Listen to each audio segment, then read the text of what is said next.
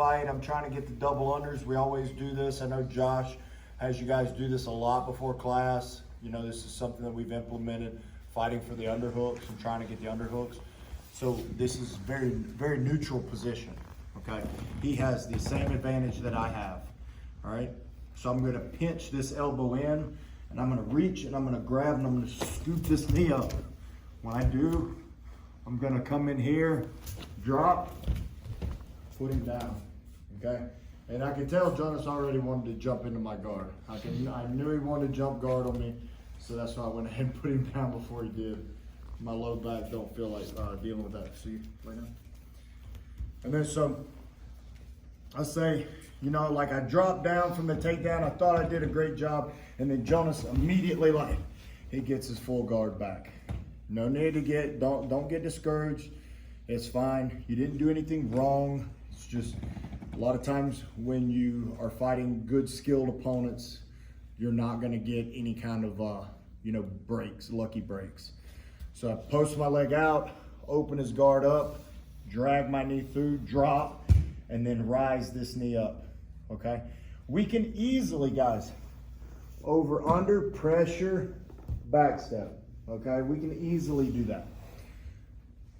But for right now, we're gonna pull up on the lapel, reach around behind my back and load this leg up. I don't wanna torque the leg. I don't wanna do anything, like I'm not bending the leg, I'm literally lifting it straight up and putting it on my shoulder. And then I'm gonna switch. And then I'm also gonna switch my knees. Right knee's gonna drop, left knee's coming up. Good pass. So Jonas turns into me, frames, okay? He's got this hand, he comes out, tries to frame on the hip. I pull up here, and then I pull my gi out. Feed, grab.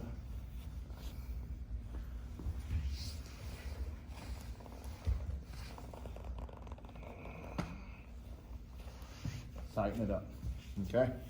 So, that was choke one, and then choke two, we're here. He's in my neck, that's aggravating. So I'm gonna pull out his lapel, try to drop as much weight down as possible, come over his forearm, feed it to the hand behind the head, and then immediately pull it in tight so that his hand isn't allowed to pop out. Come up, knee on the belly, grab, and then tighten the choke up. Okay, so just an X choke. All right, we can trap the arm down like you saw. I get here, if I'm able to, I can go across here.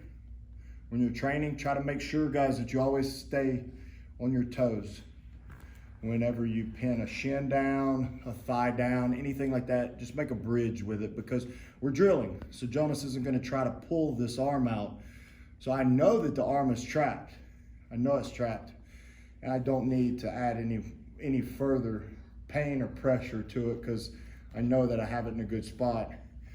And then I have the lapel wrapped here, boom, boom, and then choke, okay?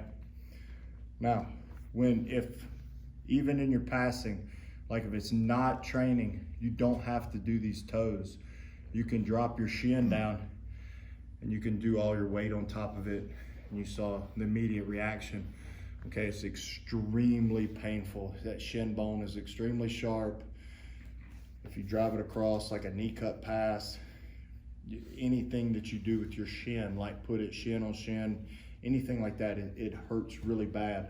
Doesn't necessarily, you don't really know it, and you haven't really probably ever experienced it, because in training, we always teach to create the bridge with our toes.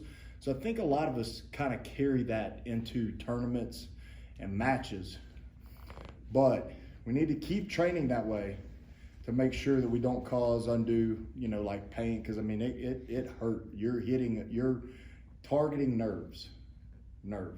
You're trying to get to small parts of joints, like biceps, inside of the thigh, where you have the sciatic running and stuff like that. You're trying to cause pain. And the pain is gonna make the person move. And the movement is what we're trying to do. A lot of times if you can't get to certain positions, you're trying to get to certain positions and you can't. A well-placed shin or a well-placed elbow or knee or something like that on the right spot can make somebody move just enough to open up a door for you to pass through or to get a wedge in, get the guard open, and get the ball rolling in your direction. Okay, so just remember that. And you know, sometimes, you know, when you go, if you go to compete, if that's your thing, know that it's not the same as training, and we have to step up the level of savagery a little bit.